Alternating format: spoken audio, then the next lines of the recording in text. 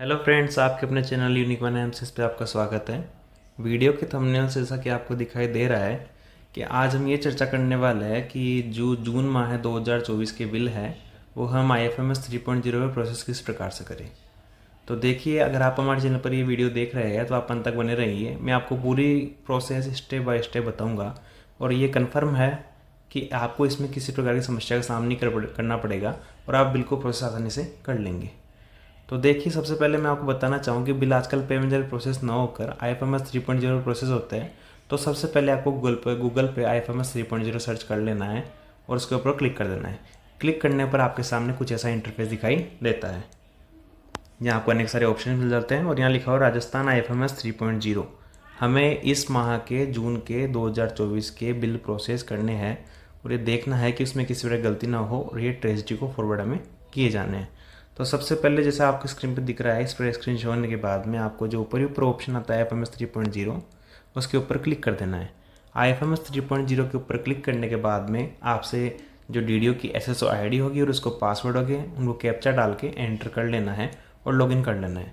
जैसे आप DDO के ID पासवर्ड से लॉगिन कर लेते हैं तो आपके सामने कुछ ऐसी स्क्रीन दिखाई देती है जो IFMS का मेन इंटरफेस है। ये जैसे कि आपको दिखाई दे रहा है, ये IFMS का मेन इंटरफेस है।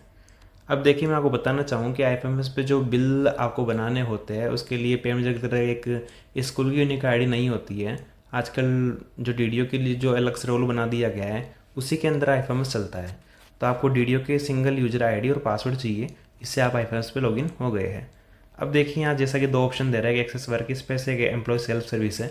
अगर आप एक एम्प्लॉई है और आप अपनी स्कूल में कर्मचारी या अपने ऑफिस में एक कार्मिक के रूप में हैं और आपको अपने GA55 पे स्लिप इत्यादि निकालनी है तो आपको एम्प्लॉय सेल्फ सर्विस पे ऊपर क्लिक करना है। मतलब आपको खुद के लिए जो चीज़ें चाहिए आपको उसके लिए क्लिक करना है।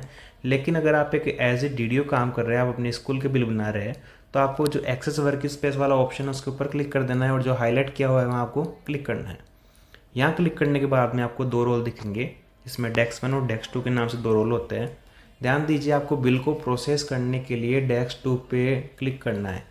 डेस्क 1 पे HO का रोल सेलेक्ट न करके डेस्क 2 पे DDO का रोल सेलेक्ट करना है। जैसे कि हाईलाइट ही मैंने कर दिया है कि डेस्क 2 पे जैसे आप क्लिक करेंगे तो यहाँ DDO का रोल शो हो जाएगा, स्कूल का आपका नाम आएगा जिसको मैंने यहाँ पे ब्लर कर रखा है और आगे जहाँ एरो का निशान दिखा रहा है आपको उसके ऊपर क्लिक कर देना है। जैसा ही आप इसके ऊपर क्लिक करेंगे आपका IFMS 3.0 DDO रोल के लिए ओपन हो गया है। यहाँ आप ध्यान दीजिए, यहाँ आप एज ए अप्रूवर काम करेंगे, आप एज ए चेकर काम नहीं करना है, एज ए अप्रूवर काम करना है, तभी आप अपने बिल को प्रोसेस आगे कर पाएंगे। यहाँ चार ऑप्शन खुल जाते हैं। आपको सबसे पहले डिसबर्समेंट इंजन पे क्लिक कर देना है। इस पे क्लिक करने के बाद में आपके सामने ऑप्शन कुछ इस प्रकार से खुल जाते हैं। अब आपको बिल को प्रोसेस करने के लिए एम्प्लॉय मैनेजमेंट के ऊपर क्लिक कर देना है। एम्प्लॉय मैनेजमेंट के ऊपर जैसे ही आप क्लिक करते हैं आपका जो स्टार्टिंग इंटरफेस है वो खुल जाता है, जिस पे आपको अलग तरीके के ऑप्शन दिखाए जाते हैं। अगर आपके पास कोई पेंडिंग टास्क या कुछ पेंडिंग रिक्वेस्ट आई हुई है या आपको इनकम टैक्स के बारे में कैलकुलेशन वगैरह करना है तो आप इसके माध्यम से कर सकते हैं। लेकिन जो वीडियो का टॉपिक आज हमारा उसमें क्या करना है, हमें जून माह के बिल प्रोसेस करने हैं। तो आपको सबसे पहले जो लेफ्ट साइड पे आपको दिखाई दे रहा है यहाँ एक बिल्स का ऑप्शन है, आपको बिल्स के ऊपर क्लिक कर देना है। जैसे ही आप बिल्स के ऊपर क्लिक करते हैं तो आपके सामने कुछ मेन्यू इस प्रकार से खुलता है।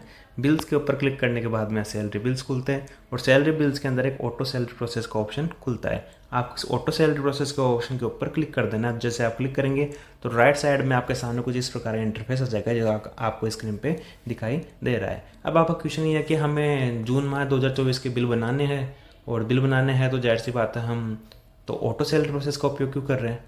तो मैं आपको बता दूं, आपको पता होगा नवीनतम अपडेट के अनुसार जो भी बिल होता है वो 20 तारीख के बाद में ऑटो प्रोसेस कर दिए जाते हैं।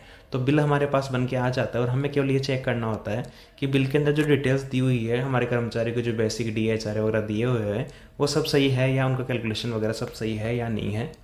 पिछला वीडियो मैंने एक बनाया था जिसमें मैंने स्पेशली बताया था कि जून माह में अर्जुन जांगड़ के नाम से एक 60 रुपये कटौती भी करनी थी। उस वीडियो का लिंक मैं आपको एंड बटन में दे दूंगा और वहाँ से आप इस वीडियो को वॉच कर सकते हैं कि आपको कटौती किस प्रकार से करनी थी। अगर आपने अभी भी नहीं की है तो आप अभी भी कर सकते हैं, बिल को रिवाइड करके उसको रीजनरेट कर सकते हैं जिसके माध्यम से वो कटौती आपके ऐड हो जाएगी। अब यहाँ हम प्रोसेस देखते हैं। राइट स्क्रीन पे आपको ऑप्शन दिख रहा है, सबसे पहले ऊपर ऑफिस का नाम आ रहा है, इसके बाद में हमें दिखा रहा है फाइनेंशियल ईयर, मंथ और इसके बाद में ग्रुप। फाइनेंशियल ईयर में जैसे आपको पता है कि 2024-25 चल रहा है, मंथ के अंदर कौन से माह का बिल बना रहे हैं हम, जून 2024 का। और ग्रुप के अंदर जो हमारे स्कूल के अंडर में जितने भी ग्रुप आ रहे हैं, आपको उन ग्रुप्स के ऊपर जितने कर्मचारी जिस बजट हेड में काम कर रहे हैं उस हिसाब से आपको ग्रुप का चयन करना है। और आप एक एक ग्रुप के कार्मिकों का बिल प्रोसेस करते हुए जितने भी आपके अंडर ग्रुप आ रहे हैं उन सबके बिल आपको प्रोसेस कर देने हैं। तो सबसे पहले जैसे कि मैं बता रहा हूँ आपको, फाइनेंशियल 2024-25 और जो मंथ है वो जून 2024, और इसके बाद में ग्रुप कोई सा भी हम एक सिलेक्ट कर लेंगे। एग्जाम्पल के तौर पर मैं इसे आपको ऐसे समझाता हूँ। देखिए स्क्रीन पर आपको दिख रहा है, मैंने 24-25 सेलेक्ट कर लिया है, जून 2024 सेलेक्ट कर लिया है। ग्रुप मेरे पास 3 आ रहा है, प्लान सी और एक C1 C3 ऐसे कुछ ग्रुप आ रहा है। सबसे पहले C1 का एग्जाम्पल ले लेता हूँ, और यहाँ जो मैंने आपको दिखा रहा है सबमिट का ऑप्शन, C1 का चयन करके मैं सबमिट के ऊपर क्लिक कर देता हूँ। जैसे ही मैं सबमिट के ऊपर क्लिक करता हूँ, हमारे सामने कुछ ऐसे ऑप्शन आते हैं। यहाँ पे एक बिल शो हो जाता है हमें, और यहाँ साइड में इस पर क्लिक करने का ऑप्शन भी दे रहा है। यहाँ आप इसके ऊपर क्लिक करके इसको डिलीट या डायरेक्ट प्रोसेस भी कर सकते हैं, लेकिन डायरेक्ट प्रोसेस करने से पहले हमें बिल की पहले इनर आउटर वगैरह रिपोर्ट चेक कर लेनी है कि बिल वाकई में सही बना है या नहीं बना है। तो जैसा कि मैंने बिल नंबर पे फर्स्ट टिक कर रखा है, आपको बिल नंबर के ऊपर क्लिक कर देना है। और यहाँ साइड में जैसा कि मैंने बताया आपको C1 चुना है मैंने, ऊपर भी आपको C1 दिखा रहा है, नीचे भी यहाँ C1 दिखा रहा है, बजट हेड दिखा रहा है, जो आपको बजट हेड है। आपको बिल नंबर के ऊपर क्या करना है, क्लिक कर देना है। बिल नंबर के ऊपर सिंपली करने के बाद में आपका बिल का इंटरफेस खुल जाता है। जैसे कि आपको पता है कि मेरे साइड में केवल एकमात्र कर्मचारी है, तो एकमात्र कर्मचारी उनका यहाँ केवल एक ही शो हो रहा है, जिसकी लास्ट मंथ की इनकम और एक्चुअल इनकम जो भी है वो शो हो रही है। लेकिन इस प्रकार से अंदाज़ा आपको नहीं लगता है। अगर आपके पास में एक से अधिक कर्मचारी है, अगर 10 कर्मचारी है, 15 कर्मचारी, जितने भी कर्मचारी है ग्रुप के अंदर, तो आप उनका देखने के लिए, उनकी बिल डिटेल्स देखने के लिए आपको जो मैंने ऊपर हाईलाइट किया है व्यू रिपोर्ट्स के ऊपर क्लिक कर देना है। व्यू रिपोर्ट्स के ऊपर आप जैसे क्लिक करेंगे तो वहाँ उनकी डिटेल्स आपको आसानी से होने लगेगी। हम व्यू रिपोर्ट्स के ऊपर क्लिक करते हैं। जैसे ही क्लिक करते हैं हमारे सामने कुछ ऐसा इंटरफेस ओपन होता है, जिसमें हमें बिल की इनर, आउटर और शेड्यूल दिखा रहा है। बिल की इनर का मतलब है अगर आपके अंडर 15 कर्मचारी है तो 15 कर्मचारी की एक की आपको डिटेल शो होगी। बिल आउटर का मतलब 15 कर्मचारी का जो टोटल जो सम है, उनका जो डिडक्शन का ग्रोस अमाउंट का जो टोटल सम है वो आपको आउटर में शो हो जाएगा कि बिल की वैल्यू वास्तव में कितनी है। और शेड्यूल के अंदर कर्मचारी जितनी भी कटौतियाँ करवाई जा रही है, चाहे वह GPF 2004 की हो, SI की हो, या अर्जुन जागरण के नाम से कोई कटौती हो, या कोई उनके अन्य LIC वगैरह कटौती है, वो सभी शेड्यूल के अंदर शो हो जाती है। तो सबसे पहले हम एक एक प्रोसेस को देखते हैं। हम सबसे पहले बिल इनर, फिर आउटर और फिर शेड्यूल का देख लेते हैं। तो इनर पे मैं क्लिक कर देता हूँ, और नीचे एक ऑप्शन दिख रहा है कि आपको रिपोर्ट्स देखने के बाद में या डाउनलोड पे क्लिक करना है, तभी आपको रिपोर्ट आपके फ़ोन के अंदर PDF फॉर्मेट में डाउनलोड हो जाएगी।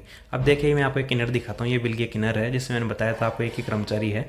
यहाँ आपको बिल की डेट वगैरह, जो भी बिल का नंबर है वो सब कुछ शो हो जाएगा। अब इनर के अंदर आपको दिख रहा है यहाँ अर्जुन जागरण के नाम से मैंने कटौती की हुई, जिसपे मैंने हाईलाइट कर रखा है, वो आपको शो हो रही है। मैंने आपको पिछले वीडियो में बताया था कि हमने एक कटौती की थी अर्जुन जागरण के नाम से, और वो हमें वास्तव में शो हो रही है। मैं आपको इस प्रकार से साफ दिखाता हूँ। देखिए अर्जुन जागरण के नाम से कटौती है 60 रुपये की, वो आपको शो हो रही है। ये एक प्रकार की डिपेंडेंट डिडक्शन है, मतलब एक ये ऐच्छिक कटौती है। अब हम देख लेते हैं बिल की शेड्यूल में क्या है, वास्तव में शो हुई है। तो देखिए आपको शेड्यूल के अंदर इसका कटौती का अकाउंट नंबर वगैरह, कॉर्पोरेट अकाउंट नंबर वगैरह सब कुछ शो हो रहा है, और जो मैंने हाईलाइट कर रखा है 60 रुपये का शो हो रहा है। अब इस ऑप्शन से हम बैक कर लेते हैं। जब हम सभी एक हेड के बिलों की इनर, आउटर और शेड्यूल चेक कर लेते हैं और ये जांच लेते हैं कि सब कुछ कैलकुलेशन बिल्कुल ठीक है, तो हम बैक कर लेते हैं। बैक करने के बाद में हम वापस इस पेज पे आ गए हैं, जहाँ हमें व्यू रिपोर्ट्स वगैरह का ऑप्शन दिख रहा है, और यहाँ बिल का जो कर्मचारी का नाम वगैरह शो हो रहा है। इसमें नीचे जब हम आएंगे तो यहाँ हमें एक प्रोसीड का ऑप्शन दिखेगा। आपको ट्रेजरी को बिल आगे भेजने के लिए प्रोसीड पे क्लिक करना होता है, और यहाँ जो एक साइड में ऑप्शन है राइट हैंड साइड पे, जिसमें आपको दिख रहा है डॉक्यूमेंट टाइप वगैरह। अगर आपको कोई भी डॉक्यूमेंट अटैच करना है, जैसे मान लो अर्जुन जागरण की कटौती की है, उसके लिए जो बीकानेर से ऑर्डर आया था आपको वो अटैच करना है, आप डॉक्यूमेंट्स में क्लिक कर देंगे और डिस्क्रिप्शन लिख देंगे अर्जुन जागरण UG, और जो उसमें कटौती का नाम वगैरह है वो सारा फिल कर देंगे। अब हमें प्रोसीड पे क्लिक कर देना है, ये सब कुछ करके। जैसे हम प्रोसीड के ऊपर क्लिक करेंगे तो हमसे कहा जाएगा प्लीज़ कन्फर्म। आपको ये चेक बॉक्स दिया जाएगा जिसके अंदर आपसे सभी चीज़ें टिक करवा ली गई है। आपसे पूछ लिया गया कि आपके द्वारा इसका कोई वितरण पूर्व में नहीं किया गया है, आपके द्वारा कोई वितरण पूर्व में नहीं किया गया, नहीं आपके द्वारा कुछ ऐसा कुछ किया गया है। सभी टर्म्स एंड कंडीशन फॉलो करवाने के बाद में नीचे लिखा हुआ है कि एक जो आपका DDO का नंबर है उस पर एक OTP जाएगा, आपको इसके ऊपर क्लिक कर देना है। आप जैसे ही इसके ऊपर क्लिक करते हैं आपके सामने ऑप्शन आ जाता है जिसमें आपको OTP मांगी जा रही है। OTP को आपको वैलिडेट कर देना है। जैसे ही आप सबमिट OTP के ऊपर प्रोसीड करके क्लिक कर देते हैं, तो आपको दिखाई देता है यहाँ आपकी रिक्वेस्ट आ गई कि आपकी जो बिल की रिक्वेस्ट है वो सक्सेसफुली सबमिट हो गई है। मतलब आपका जो बिल है वो सफलतापूर्वक ट्रेजरी के पास पहुँच गया है। तो जैसा मैंने एक ग्रुप का चयन किया, वैसे ही अनेकों ग्रुप है आपके पास, जितने भी ग्रुप है उनका चयन करते करते उनकी बिल इनर की, आउटर की और शेड्यूल रिपोर्ट चेक करते हुए आप प्रत्येक बिल को इसी प्रकार से फॉरवर्ड कर सकते हैं। तो इस प्रकार से आपका बिल ट्रेजरी फॉरवर्ड हो जाएगा और ट्रेजरी से पास होने के बाद में आपके कर्मचारियों के अकाउंट में ऑटोमेटिकली क्रेडिट हो जाएगा। तो इसी प्रकार की वीडियो हमारे चैनल पर लाते रहते हैं।